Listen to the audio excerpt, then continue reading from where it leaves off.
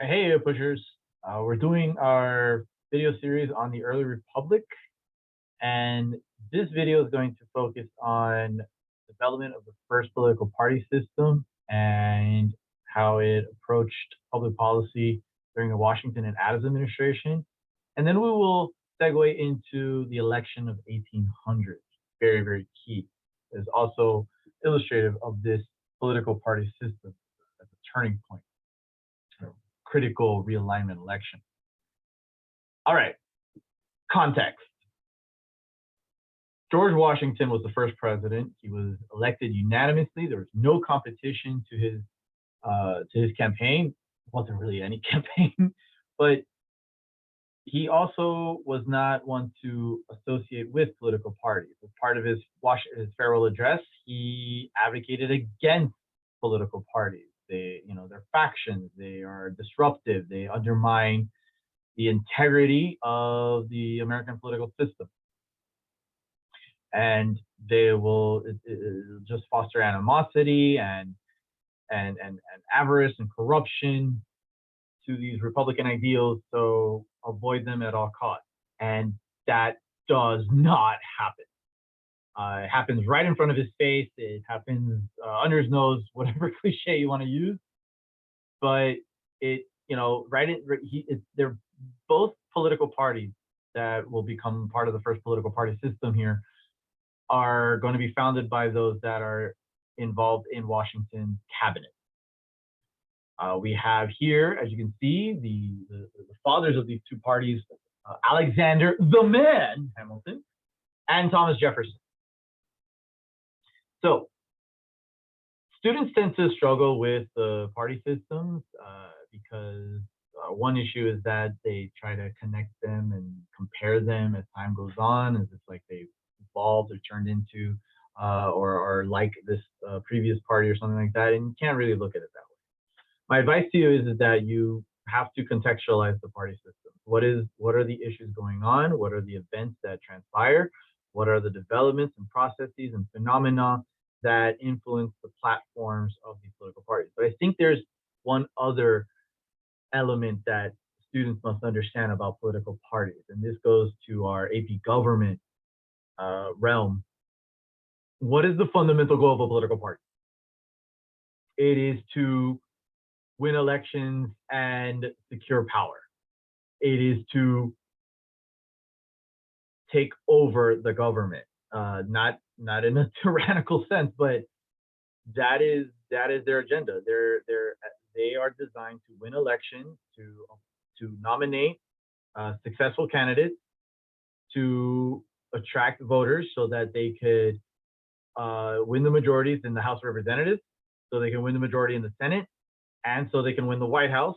That way they could pass their own agenda, that could reflect their party platform, adhere to those promises that they would make to the electorate, to the voters, to then appoint agents, executive agents, bureaucrats to fulfill that agenda, and also to appoint justices, federal court justices, to interpret the Constitution according to their perspectives.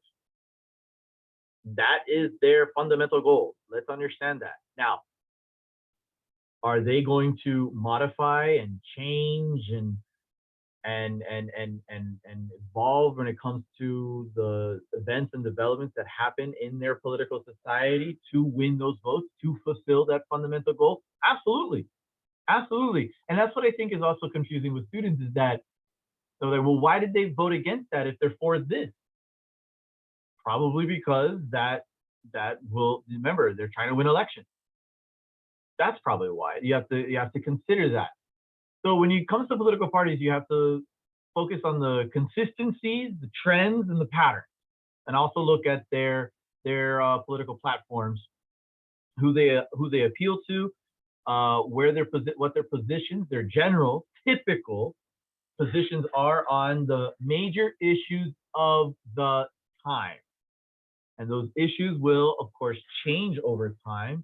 So focusing on the first political party system, hopefully you've been watching these video series and been paying very close attention.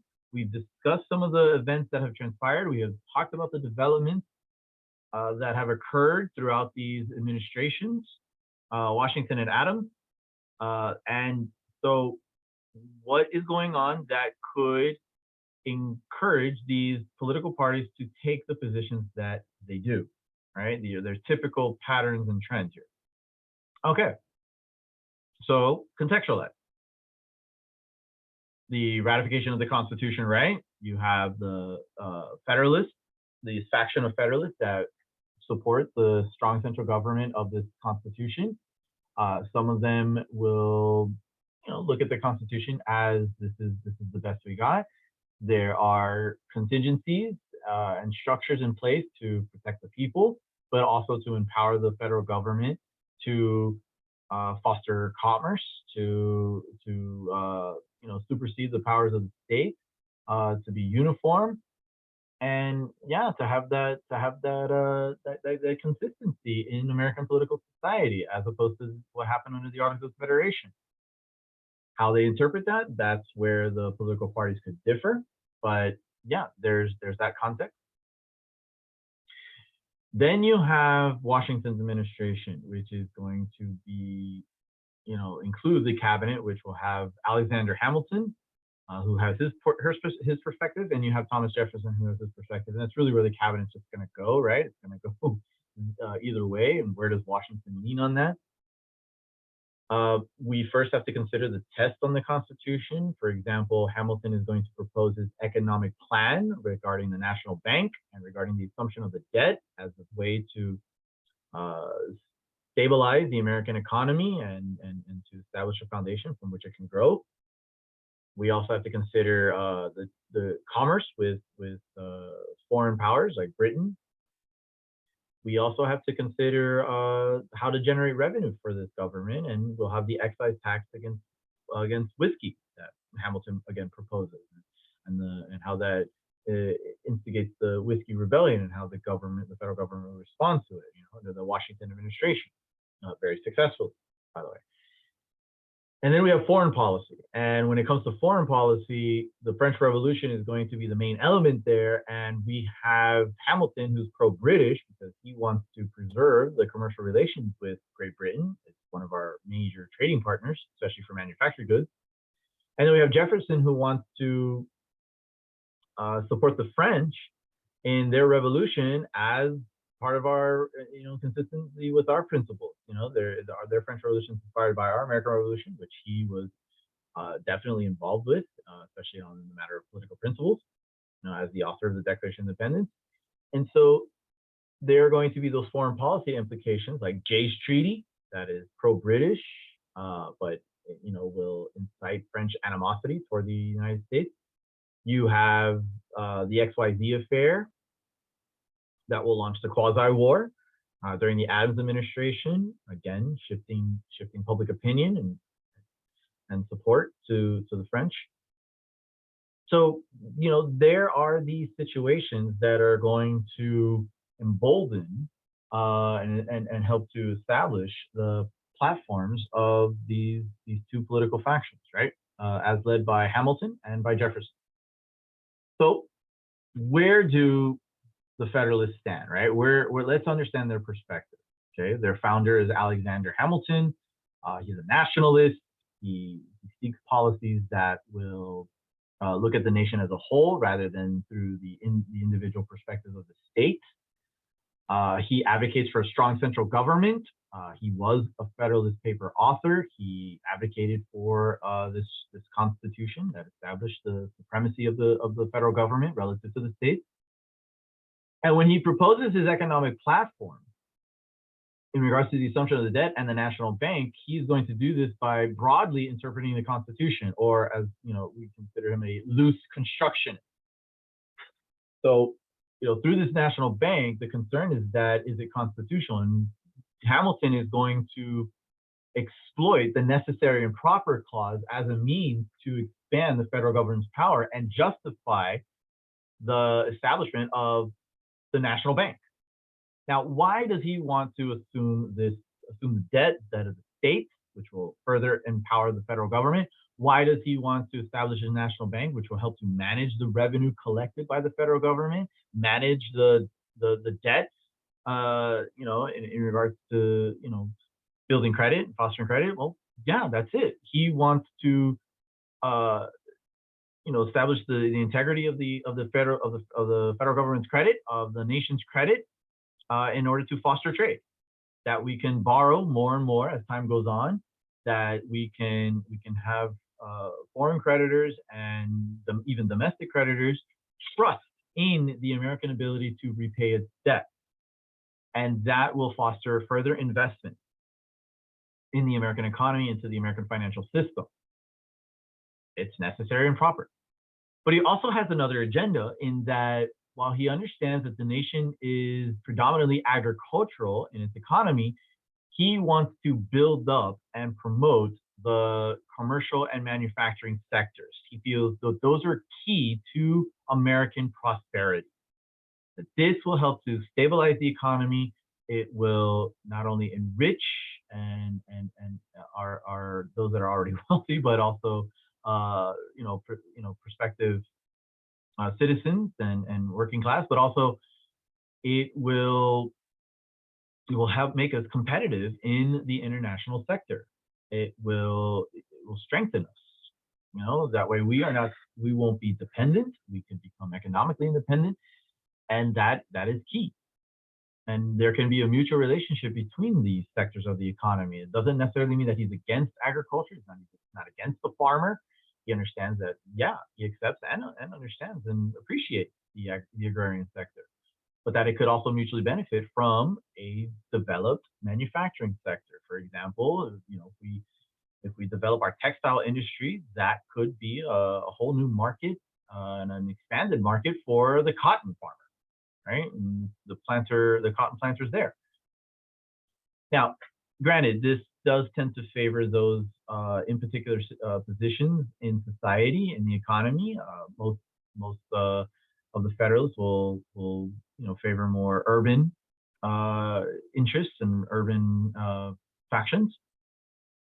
They see the cities, the especially port cities, New York, Charleston, South Carolina, Boston, Philadelphia, that they are the centers of this vision. But bankers and merchants are also going to favor this. Speculators will benefit from Hamilton's debt plan. Merchants, bankers will obviously benefit from the bank. It's a private entity when you really look at it, and there's no question about that. But in the end, it is going to benefit all Americans, the American economy as a whole. Yes, this will foster economic growth. This is the idea here, so that the United States can be economically independent. They are the party of the rich, the well-born, and the able. And I think I want to save that to last. I want you, when you look at that, it's like, well, what does that mean? And yes, it is very elitist, but I want to save that to the end to understand the perspective of the Federalists. Their strongest support is going to be, regionally speaking, geographically speaking, is going to be in the Northeast, really in New England and in New York. And this is due to their commercial and manufacturing sectors. They're growing manufacturing sectors, very, very, very small at this point, but commercially speaking, right, your traders, your merchants, your shippers are going to be pretty dominant in those regions, and that makes sense to have their strongest support in that region. They're also going to be concerned when it comes to the federal government that they aren't very trustworthy of the people. When it comes to ideas of democracy, it's not that they're anti-democratic. It's that they don't trust the people, that the people are selfish, that they are easily misled, and that if not controlled, if given too much power, it could lead to anarchy. It could lead to mob rule. It could lead to disunity. It could lead to chaos. It could lead to the undermining of the republic. And because of that fear, then this is why the government should be composed of the rich, the well-born, and the able. These elites that know better, that come from successful means, whether that's from their own family name or they made something of themselves. who do we throw in there, right? We can throw in these rich bankers, these successful merchants, the planter aristocracy. They will benefit from these policies, these economic policies of Hamilton. And so we want a government that is based on law and order. We want there to be this sense of control, and that the rule of law is a central focus here when it comes to the United States, that we don't lead to another Shays Rebellion. And that way, to threaten the integrity of the United States. So this is where Hamilton is coming from when it comes to his platform for the Federalists. In addition, they're pro-British. They want to foster economic trade with Britain, and they are against the French Revolution. It's become too radical for them. It's become chaotic. You want to talk about anarchy? You want to talk about mob rule?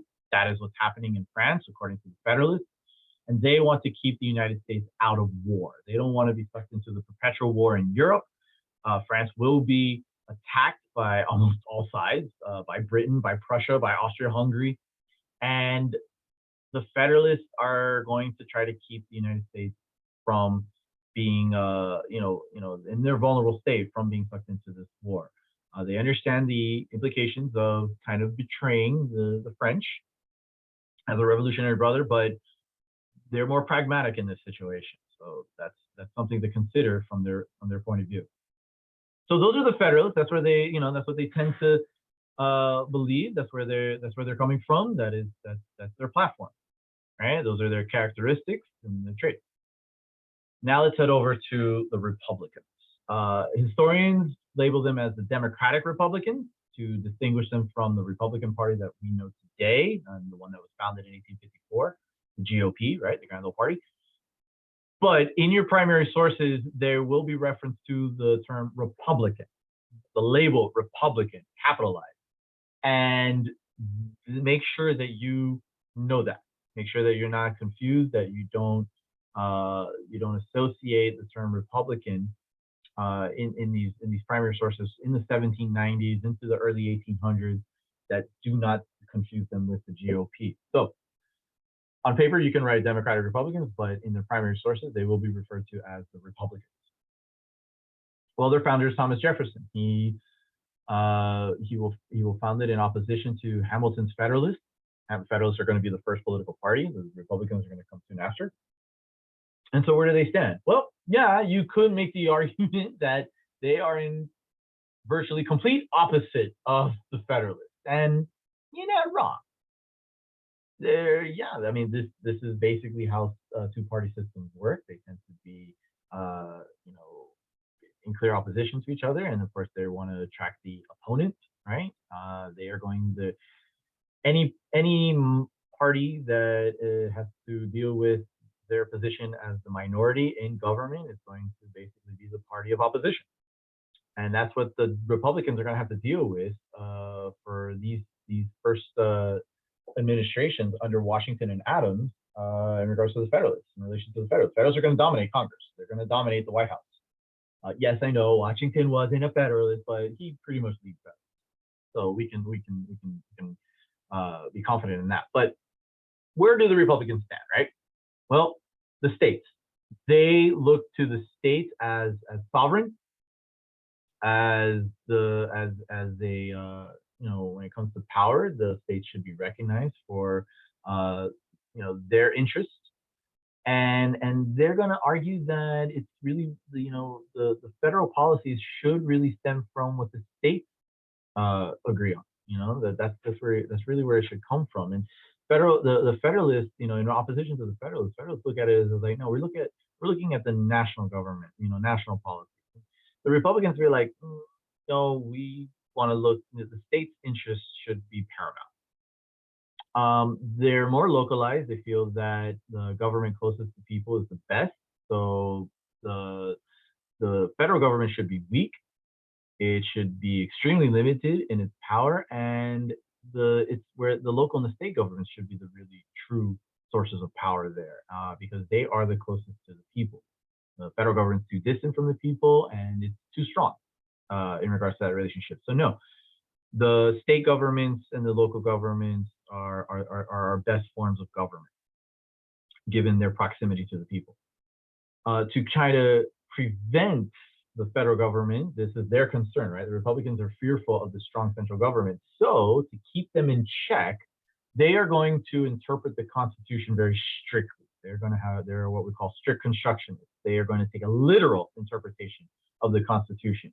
If the power is not literally or explicitly or enumerated in that Constitution, then the federal government does not have it and it's reserved for the state.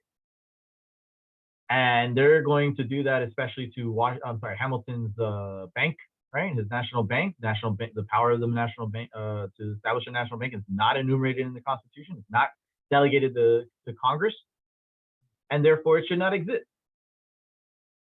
That's their interpretation of the Constitution. They're only going to acquiesce to Hamilton's assumption of the debt plan and his national bank plan by moving the capital to Washington, D.C. or to the South. And they do that because they want to keep an eye on this strong central government, this federal government, and surrounded by these strong states like Virginia, just to make sure that the federal government doesn't get any clever ideas against the people. Jefferson especially, he wants to promote more of the agricultural interests. He favors the United States to remain a predominantly agricultural society. He adores the farmer. He adores what we call a yeoman farmer. They are the ideal citizen. They are truly independent. They vote for their interests. They are not susceptible to any other influence, right? They don't work for anyone. They work for themselves. They represent the ideal citizen, and that's really what we should foster, right? That's where Jefferson really wants to go. Then that's what we want. We want voters to be like that. These rural small farmers that really appreciate what it means to be a citizen of this great republic. And while we see plantation owners there, it's really where we start seeing states' rights and plantation owners, but really very, very large plantation owners are going to favor the Federalist Party. Smaller plantation owners, they see, they're just competing with the large plantation owners. So that's why they kind of lean toward the Republicans. Artisans, other working class individuals are going to be attracted to the Republican Party. Jefferson is going to consider these working class people as, again, true citizens. These are the common folks. These are the common people. These are the people that we should be representing. And in opposition to these elitists and pro-British bankers and merchants and commercialists. Yeah. And you see that he's going to definitely have animosity toward the British. Obviously, he does, right? He's the co-author or primary author of the Declaration of Independence. He can't stand Britain. He hates the monarchy and all that. So most of their regional and geographic support is going to come from the South and from the West. Obviously, right? Farmers, right? Small farmers. That's who you find down there, right? And, some plantation owners, that sort of thing. So yes. It's regionally speaking, the Republicans are going to find their greatest strength in those particular sectors of geography. Now, the Federalists fear mob rule and anarchy. Well, the Republicans fear tyranny. They fear that the strong central government could become too powerful, could consolidate power, could concentrate power into one individual. They look at Congress as too distant from the people. Yes, I know the House is directly elected by the people, but they're so empowered, right? Especially with that necessary and proper clause. The Supreme Court, they look at the Supreme Court as too powerful because they could interpret the law and that's it. It would supersede all other law, including state laws, through that supremacy clause, right? Very anti-federalist rhetoric here, right? But they're also concerned about the president, right? He could easily turn his commander-in-chief powers into king, right? He become a king, and here we go, we're regressing, and that's what they fear. They fear that the United States could regress into a monarchy, and that's why they're going to refer to the Federalists as monarchists. It's not going to be a nice descriptor. It's insulting. The idea that you're talking to Hamilton, who fought in the Revolution, and calling him a monarchist, that's not really cool, right? That's a low blow. But Jefferson and James Madison, by the way, protege, they are going to be defenders of individual liberties, of the individual person. That's who we have to protect, right? This is why some of them really advocated for a Bill of Rights. They wanted those protections, those guarantees of these individual liberties. And again, it's power of the people. They prefer a popular democracy. They prefer representatives that reflect the will of the people, as opposed to these elitists that think they know better and are going to be, acquiescing to moneyed interests and very, minority rule in the sense. It should be more majority rule. It should be more about what do the people want, right? The common people, right? Small farmers, these artisans, these working class. What about them? They matter most. And obviously, when it comes to foreign policy, especially in this day and age, in this era, the Republicans, especially with Jefferson at the helm here, support France. Support France. They're a revolutionary brother. Let's keep it. Let's support them in their revolution. Let's support them in their fight against these monarchical powers that are attacking them throughout all their borders. Right. Let's do that. And that's where we stand here. That is the first party system in this early era. Yes, you can see it goes from 1789 to 1824, but we're looking at the Washington and Adams administration. So when it's established, and these two-party systems, they are going to be established because that's how the American political system, that's how it's set up. Single-member districts and winner take all leads to two-party system. And it's better to do it this way. It's easier. Having all these different political factions when we can just consolidate our platform and to be as broad in its scope and attract more voters so that we can win those elections and that power in the federal government. Okay, let's watch this clip from John Adams and get some little insights about the animosity between Jefferson. And he's not talking to Hamilton here, but he's talking to Adams, John Adams, who leans Federalist, and well, he's bringing up Hamilton. So here we go. Surely you see now that you must compromise. We cannot side with either France or England in this war. The President is determined on a course of strict impartiality. A wise course, and I concur with it. Impartiality is always partial, John. It will favor the British, as Mr. Hamilton intends it should. General Washington judges more independently than any man I ever saw. I do wonder, John, if you can be as blind to Mr. Hamilton's scheming as you seem. I am no man's puppet, Thomas. Mr. Hamilton would have us British in our economy, British in our forms of government, British, John, in all but name. He believes that man can be governed only by force and self-interest. The first is unavailable to him at present. So he appeals to our baser instincts, fear and greed. Our Constitution provides a strong executive to counter just such legislative corruption as you imagine, Thomas. Our Constitution has many good articles and some bad ones. I do not know yet which predominate. Well, without this government, our republic would have collapsed into anarchy long ago. With this government, I am not certain that we are a republic.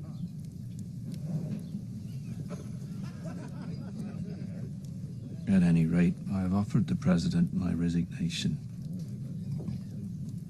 As Secretary of State.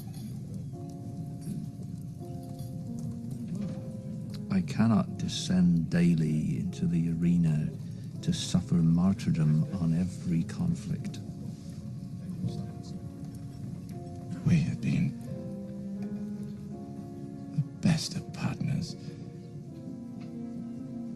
Let us descend together. Let us fight together. My departure will be a great relief to me, and no great loss to the public. It will be a great loss to me, Thomas.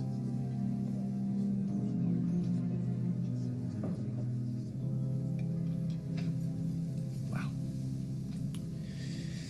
to the revolution. Whose? They are one and the same, John. are they not?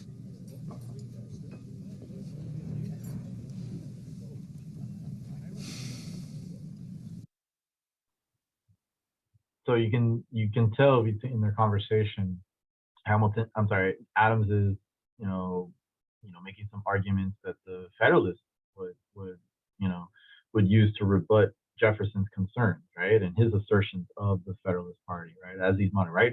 British, they'd be British, we'd be British in all but name.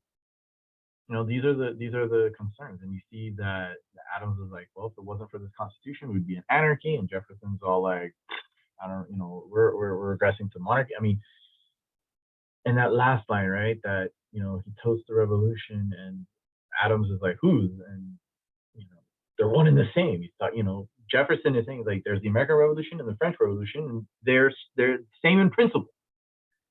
And Adams is like, no, he's taking the position that the French Revolution has become radical, and we need to stay out of war. It's not the same as the American Revolution. It's different. We're not beheading people.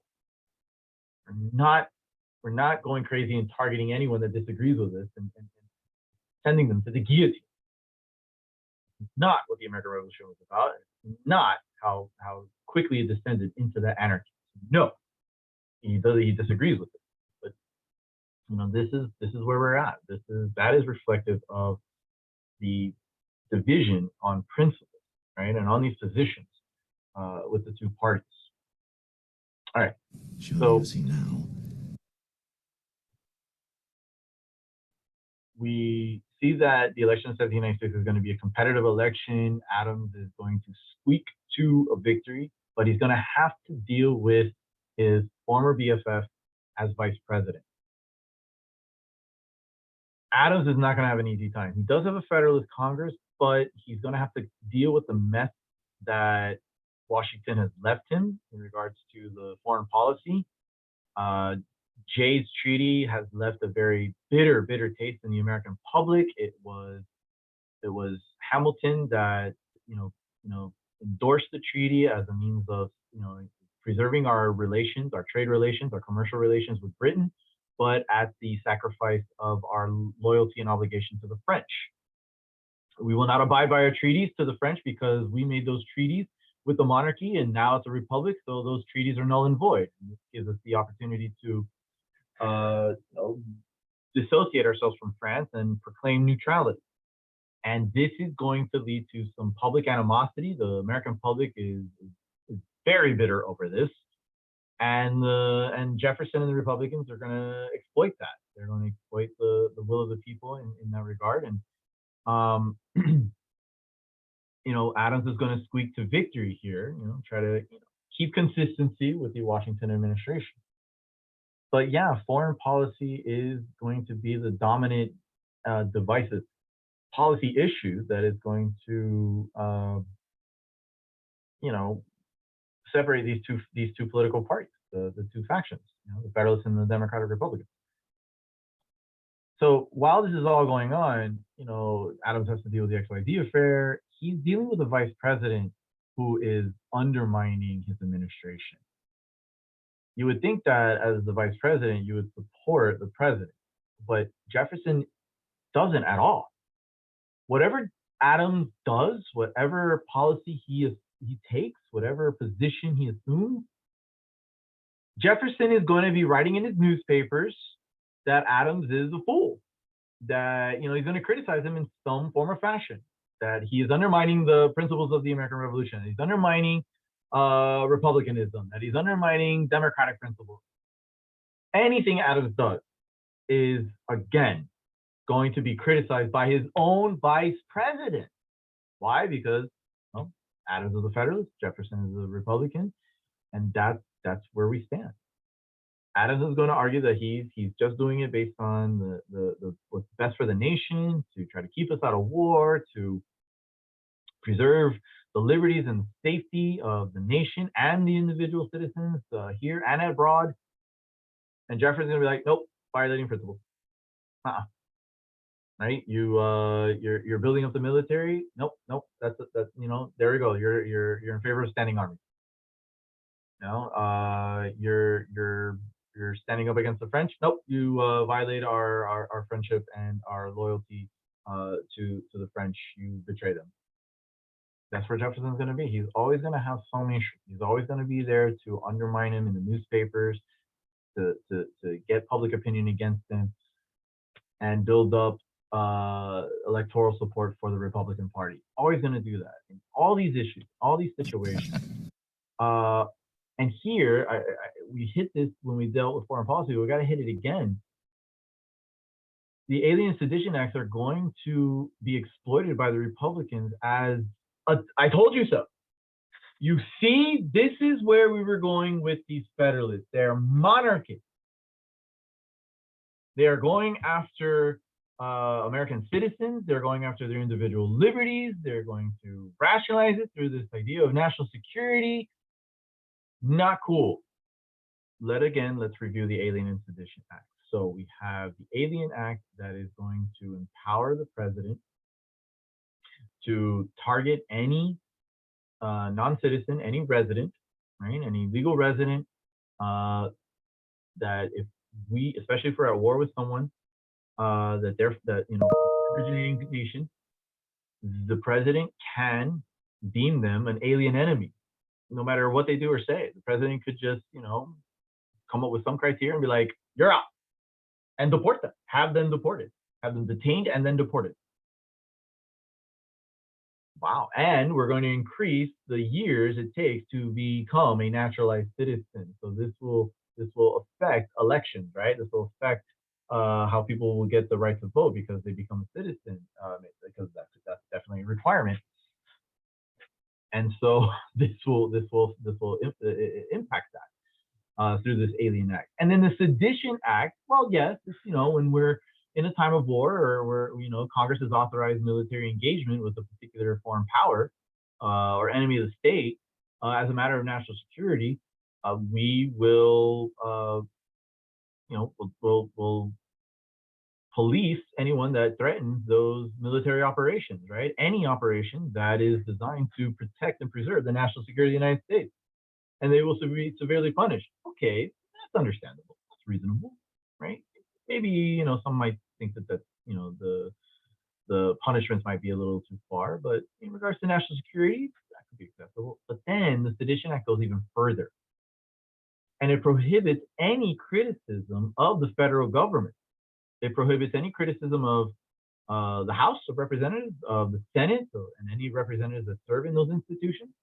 It prohibits the criticism of the president and his policies. It criticizes any criticism, it prohibits any criticism of any federal policy, laws, treaties, anything.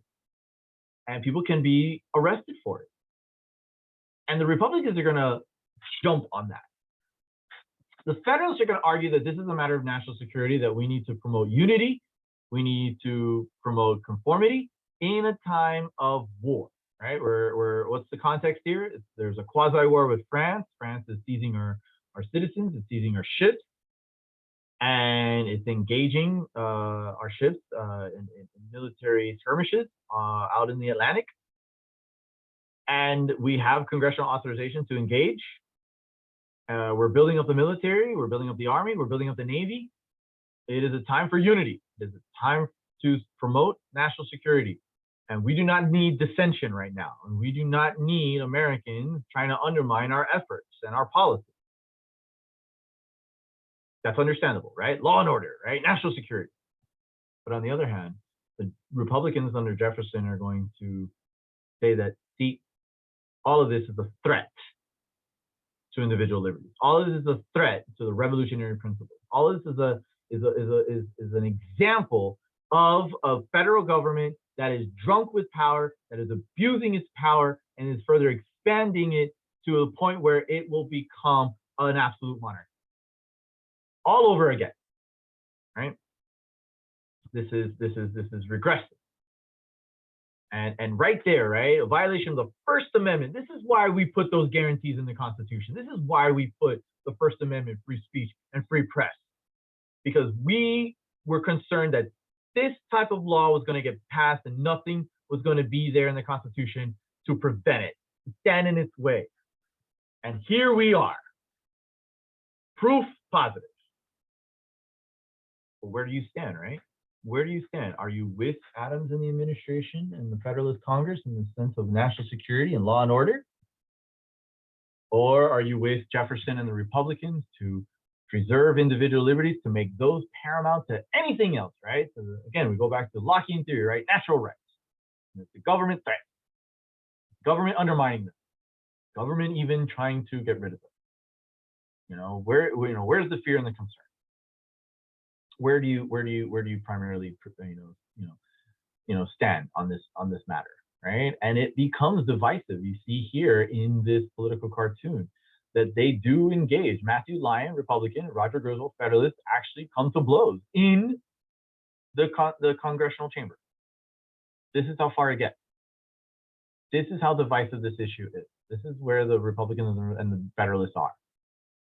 They are at each other's throats over these policies.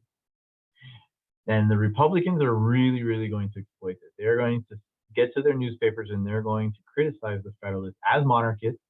The Federalists are going to call the Republicans radicals, right? They want anarchy, they want mob rule. That's why they support the French, who are corrupt now. Now we have they're using fighting words in this case, all right? Federalists are going to be called monarchists by the Republicans. Republicans are going to be called radicals by the Federalists. It's getting crazy. And this is where we're at now. And a lot of this again stems from the French Revolution. Now let's get some ulterior motives. Are the Federalists playing political games here? Yes. What do we mean by ulterior motives, right? Like, oh yes, well JB, the Alien Act and the Sedition Act, that's national security, right? Law and order. Right? On the surface, yes. But why would the Federalists propose these pieces of legislation? Are there any political ulterior motives that they could have with that? Sure, absolutely they do. Let's look at the Alien Act again.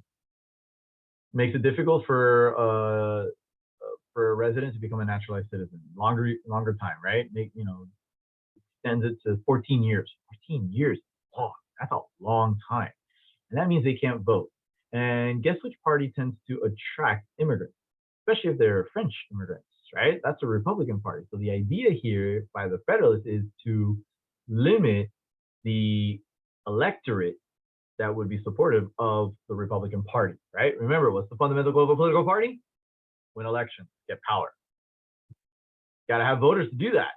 So if you limit the amount of voters that could be supportive of the political party, that'll help to preserve your power in government, right? That's what the Federalists are trying to do. They want to preserve their majorities in the House and in the Senate and in the White House. Yeah. So deport aliens. Well, that'll make it easier to get rid of any potential naturalized citizens. By the way, if they were to come back, they have to start all over. Yeah, that's part of the Alien Act. And then the Sedition Act. Well, the Federalists are in charge of the federal government. They're enforcing it, right? They're in the executive branch and they're in Congress. So they passed the Sedition Act. Which newspapers do you think they're going to target? Which ones are they going to arrest? And they do. They do. It's really apparent. They're not going to really do this. They're not going to fairly enforce this law here. They're going after Republican newspapers. They're going after these publishers that and in these cities across the nation that are favorable to Republican policies, Republican platforms. Jefferson and Madison. They're going to shut them down. That's the intent, so that the Federalists could limit criticism and take that opportunity to try to maneuver public opinion into their favor, and so that they can again preserve their power in the federal government. There are ulterior motives, right, behind that surface of national security and law and order. Now, Jefferson and Madison are going to, again, like I said, exploit this. So what are they going to do? They're going to make an argument. And they're going to write the Virginia and Kentucky resolutions. James Madison, Jefferson's protege, is going to write the Virginia Resolution. Jefferson's going to write the Kentucky Resolution. They're essentially arguing same points here, but let's break it down. What they're really going for here, like what are their arguments? So here in the Virginia Resolution by Madison, right? They're saying the word compact as resulting from the compact to which the states are parties. As limited as the plain sense and intention of the instrument constituting that compact, as no further valid than they are authorized by the grants enumerated in that compact. Compact, compact, compact. Compact theory, meaning that according to Madison and Jefferson, the Constitution is a compact between the sovereign states. That the Constitution exists because of the states. Yes, I know the preamble of the Constitution begins with "we the people." And when it comes to the sovereignty of the states, it's actually very limited when it looks at the Constitution, especially relative to, say, the Articles of Confederation. But Madison and Jefferson are going to argue that the Constitution only exists because of the states. And therefore, the states really control the federal government. Now, they go further here. So if you go to the Kentucky Resolution here, Jefferson is going to establish another principle from his perspective, right, that is consistent with this compact theory. That the several states who form that instrument, right, this compact, being sovereign and independent, have the unquestionable right to judge of its infraction.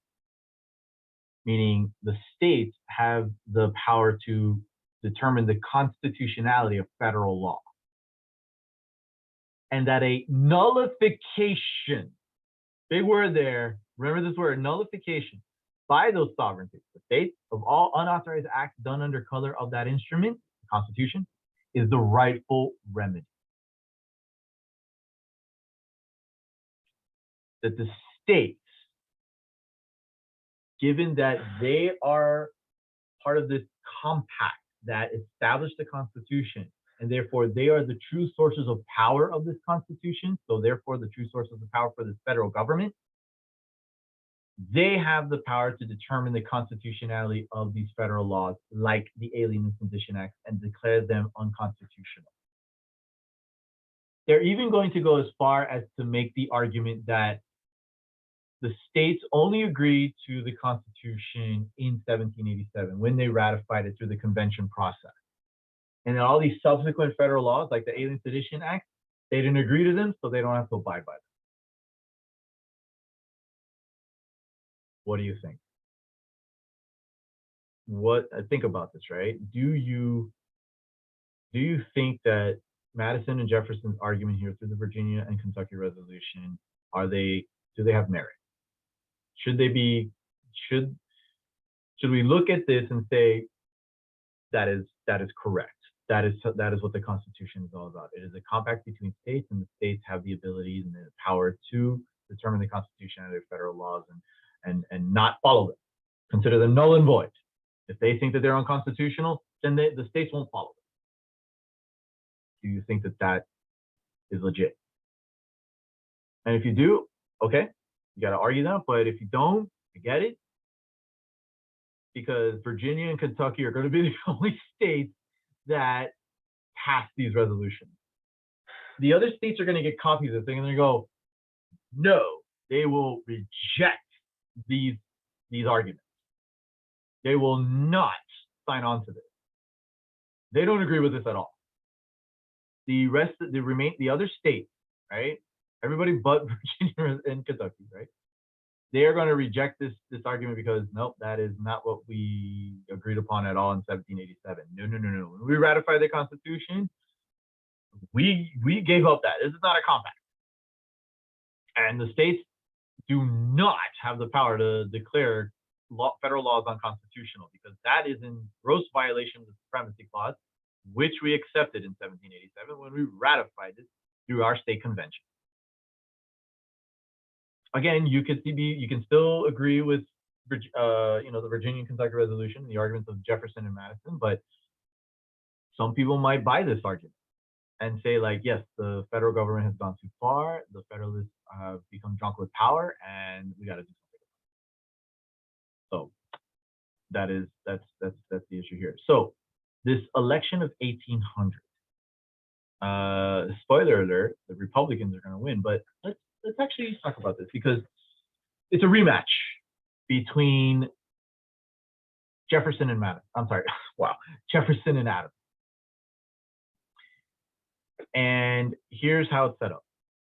Adams is going to run with Charles Pinckney. That's his Federalist candidate, vice presidential candidate. That's the understanding. Jefferson is going to run on the Republican ticket with Aaron Burr. Aaron Burr, Republican, really kind of very cool to work with the Federalist. He's he kind of balances them out. He's a politician. He gets it, but he leans toward the Republican platform. He's from New York. That's a key state. That is a key state. Because you got 12 electoral votes that come out of New York, and Jefferson being from Virginia with 21. You combine those two major states, got yourself a winning ticket, right? The election is going to be the election campaign is going to be very bitter. It is going to get personal. You can look up the how these former BFFs go after each other. Their surrogates are going to write in the newspapers very, very terrible elements. Let's click this ad here. We're gonna watch something from YouTube here after this brief. They don't look right. Valley. Yeah, well, I should have booked our hotel on Kayak. We could have saved on our trip instead of during it. Kayak. Search one and done. Some political watchers are saying this could be the nastiest, most negative election season of all time. This campaign season seems like candidates have taken dirty to a whole new level. When pundits start shouting and politicians start calling each other's names, it can seem like a return to civility is not possible. Like the very idea is a relic of some bygone era. John Adams is a blind, bald, crippled, toothless man who wants to start a war with France. While he's not busy importing mistresses from Europe, he's trying to marry one of his sons to a daughter of King George. Haven't we had enough monarchy in America? I'm Thomas Jefferson, and I approve this message because John Adams is a hideous, hermaphroditical character with neither the force and firmness of a man nor the gentleness and sensibility of a woman. If Thomas Jefferson wins, murder, robbery, rape, adultery, and incest will be openly taught and practiced. The air will be rent with the cries of the distressed. The soil will be soaked with blood and the nation black with crimes. Are you prepared to see your dwellings in flames, female chastity violated, children writhing on a pike? I'm John Adams, and I approve this message because Jefferson is the son of a half-breed Indian squaw raised on hoe cakes, and Hamilton is a Creole bastard brat of a Scotch peddler. The nastiest, most negative election. Candidates have taken dirty to a whole new It can level. seem like a return to civility is not possible. Wow. So yeah, that's how bitter it is. This is how crazy it gets. What are the issues at this point, right? Well, because of the Alienist Edition Act, the Republican Party is going to do a fantastic job in convincing the American public to go Republican. All right, they're going to say that these are monarchists, they're threatening our liberties, and as you can see, the Republican candidates are going to score an electoral victory. Jefferson will earn 73 electoral votes, as opposed to Adams' 65. But it's not over. You figure like, all right, Jefferson's the president, and that's it, right? Aaron Burr. Well, here's the thing. Thomas Jefferson and Aaron Burr both tied in the electoral vote count. So when that happens, well, it has to go to the House of Representatives. The House of Representatives gets to choose who the president is. Some of you should be asking, like, well, if it wasn't understood that Aaron Burr was the vice presidential running mate to Thomas Jefferson, and yeah, that's how it was initially set up. But for some reason, Aaron Burr isn't conceding that. He's letting the House decide, and perhaps maybe he has a shot, and maybe he can argue like, well, technically that's what happens if there's a tie. Then the House decides. I'm just, abiding by the law. That's what the Constitution says. But he could have easily conceded and told the House like, "Hey, just go with Jefferson here, right?" And he kind of starts secretly campaigning for it. He figures like, "Do I got a shot here?" But here's the problem. Guess who gets to pick the president or the vice president? It's the Congress that is still in Federalist control. That's the way it's set up right now. And the Federalists are like, oh, yes, this is beautiful, poetic justice, right? Federalists they've lost their control of the House, they've lost their control of the Senate, and they've lost the White House. And nothing could give them more pleasure than to humiliate Thomas Jefferson by choosing Aaron Burr to become president, relegating Jefferson to vice president again, and this time to who is supposed to be his vice president. This is an awesome opportunity to embarrass Jefferson. Like, oh my God, nothing could be better. I love it. Right? So they're trying to convince each other, like, hey, what do we do? Let's do this, and they're going through ballot after ballot after ballot after ballot. And let's understand something, that it's not each individual representative that chooses. It's a delegation from the state. So for example here, right? So you have North Carolina, okay? And they have 8 and 4, so they have 12 votes, 12 electoral votes. But 2 of those are senators, so that means that you have 10 representatives in the House for North Carolina. So what needs to happen is that those 10 representatives from North Carolina all have to agree to convey their vote for one of these 2. They all have to, all 10 of them. So it'd be like 1 vote from North Carolina for either Jefferson or Burr. That's how it has. So you have those 10 representatives have to, in the House from North Carolina, have to agree who they cast their 1 state delegation vote for. Same thing, you go to Tennessee. They have 3. So that means they have 1 representative in the House. So that's easy, right? Okay. Kentucky was 4th. That means they have 2 representatives from the House. So 2 of them have to decide, right? You go to Pennsylvania and they have 15. So that means they have 13 representatives in the House. And so who will be the deciding vote there, right? We can go on and on. What do we do, right? What do we do? And so they're going ballot by ballot. They can't, neither House delegation is getting to a majority. And the Federalists are culprits here. They're saying like, yeah, we're going to try to prevent Thomas Jefferson from getting the presidency. But we need a president, right? We need a president. And if we don't get a president by March 4th, which is the inauguration date, if we don't get a president by then it goes to the president pro tempore, who, by the way, is Federalist. And so the Federalists are like, well, we can do that too. And Adams doesn't really like this, where this is going. As the incumbent, he doesn't like this, and he's staying out of the fight. But he could, but no, it's up to the House. So then, this one particular person decides to offer their insight. He is a Federalist, and his reputation has soured.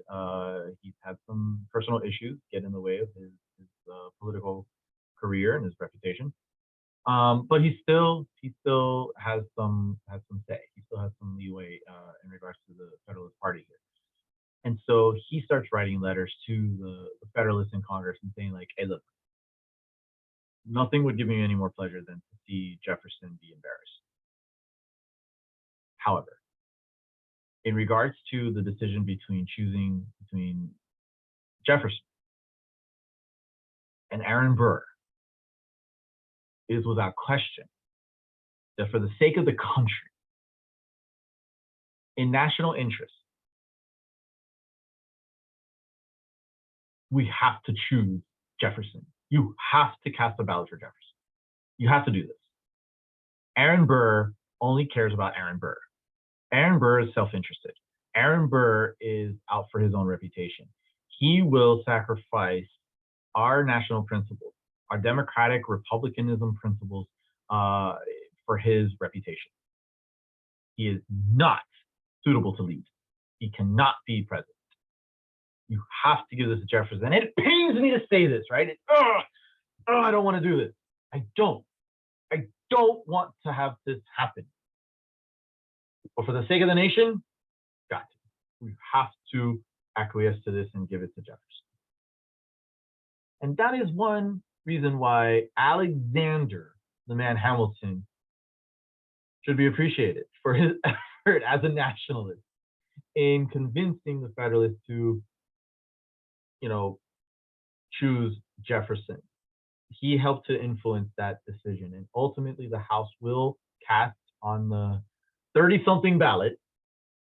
I think it's like the 34th or 36th ballot or something like that, to finally cast their vote for his support for Jefferson to become president. So Jefferson will become president of the United States, the third president of the United States, first Republican, Democratic Republican president of the United States. Aaron Burr will become vice president, therefore president of the Senate. And that will be the election of 1800. But despite that intrigue, despite that drama, what did not happen? The Federalists, despite what they did here in potentially embarrassing Jefferson, what happened when Jefferson assumes the office? What happens when the Republican Party takes the majority in the House and in the Senate? What do those vanquished Federalists do? Meaning, losing their elections. What do they do on March 4th, 1801? They go home. Peacefully go home. Adams doesn't meet with Jefferson at the inauguration. He doesn't, he just goes about his way. Maybe it's not, very cordial, but he goes home. The Federalists do not take advantage of the Army or the Navy to try to preserve power. There is no civil war. There is no rebellion. There is no insurrection. There is no British invasion at the behest of the Federalist Party. No, it is a peaceful transition of power. And this is why a lot of historians call it the Revolution of 1800, because it goes back to that test of the Constitution. We talked about this in a previous video when we say, like, will the Constitution pass the test? Yes. This peaceful transition of power has proven that the Constitution is legit, that the American Revolution can arguably be considered legit. We're done. It works. We still have a two-party system. The Republicans are going to dominate from here on in. We'll discuss Jeffersonianism at a later date, but here we are. It works. All right. So speaking of the revolution, right? Speaking of whether, like, hey, did this work? Well, there's somebody we should talk to, right?